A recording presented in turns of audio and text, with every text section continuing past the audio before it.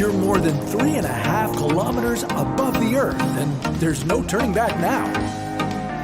But as you jump out of the plane and see how beautiful the Earth looks below you start to think this might not be so bad. Then you pull the cord to open your parachute, and your worst fears come true.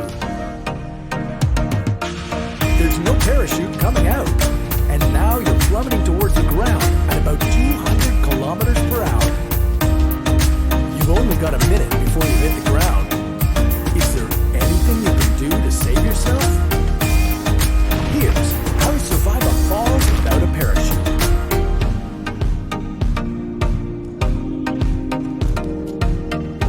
Every time your life depends on a parachute, there's a 1 in 1,000 chance that it won't work. But a malfunctioning parachute isn't necessarily a death sentence. According to skydiving experts, the secret to surviving is all about how you react when the parachute fails. How should you position your body? Is there anything you could do to slow your fall? And why could landing on a roof be better than landing in a big body of water? The first thing you need to do is slow your descent. Just like most survival situations, the best thing to do is to slow everything down. Slow down your breathing and avoid hyperventilating. Slow down your thoughts so you can focus. And slow down the speed of your fall so you don't splatter on the ground. To do that, you'll need to spread out your body into an X shape. Spread your arms and legs, point your chest towards the ground, and arch your back and head upward. This will create more air resistance and slow your acceleration, giving you time to choose where to land. Step 2. Avoid landing in water. Although the giant pool of liquid below you might look like a more appealing landing spot than the solid ground, it would probably be just as deadly. Like concrete, water doesn't compress, so landing in a lake would be just like landing on a sidewalk. Sure, you could position yourself to reduce the impact, but even then, you could still be knocked out cold.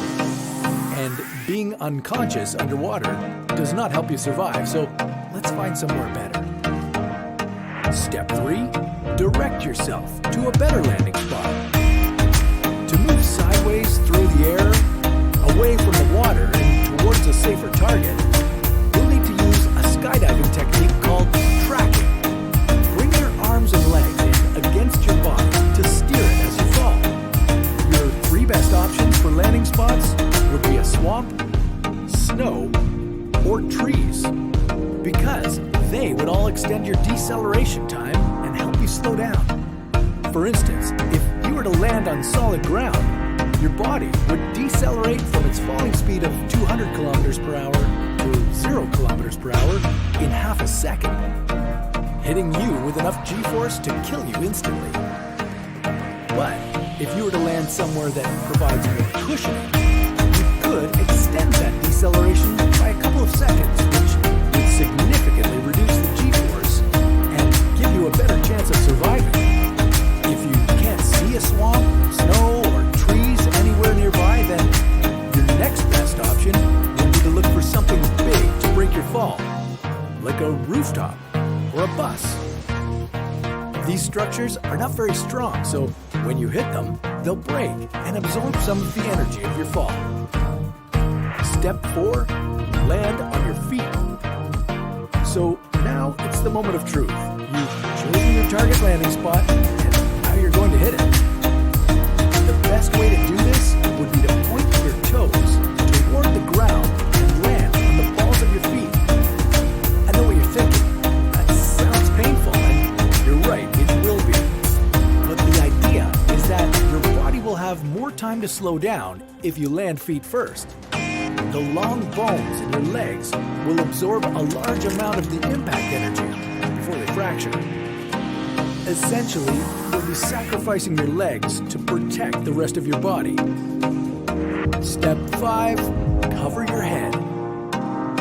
Just before landing, put your head down with the fingers of each hand locked together behind you, and point your elbows in front of your face to protect your head and neck from impact. The main reason why people die from falling off tall buildings and bridges is severe head trauma. Even if you do everything else right, if you end up bouncing on your head when you land, you won't survive. So quickly, get into position.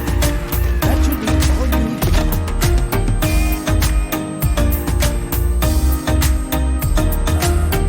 Are you still there? Alright, now here comes the hard part. You need to figure out where you are and get help as soon as possible. But don't worry, we've got just the video to help you get out of this alive.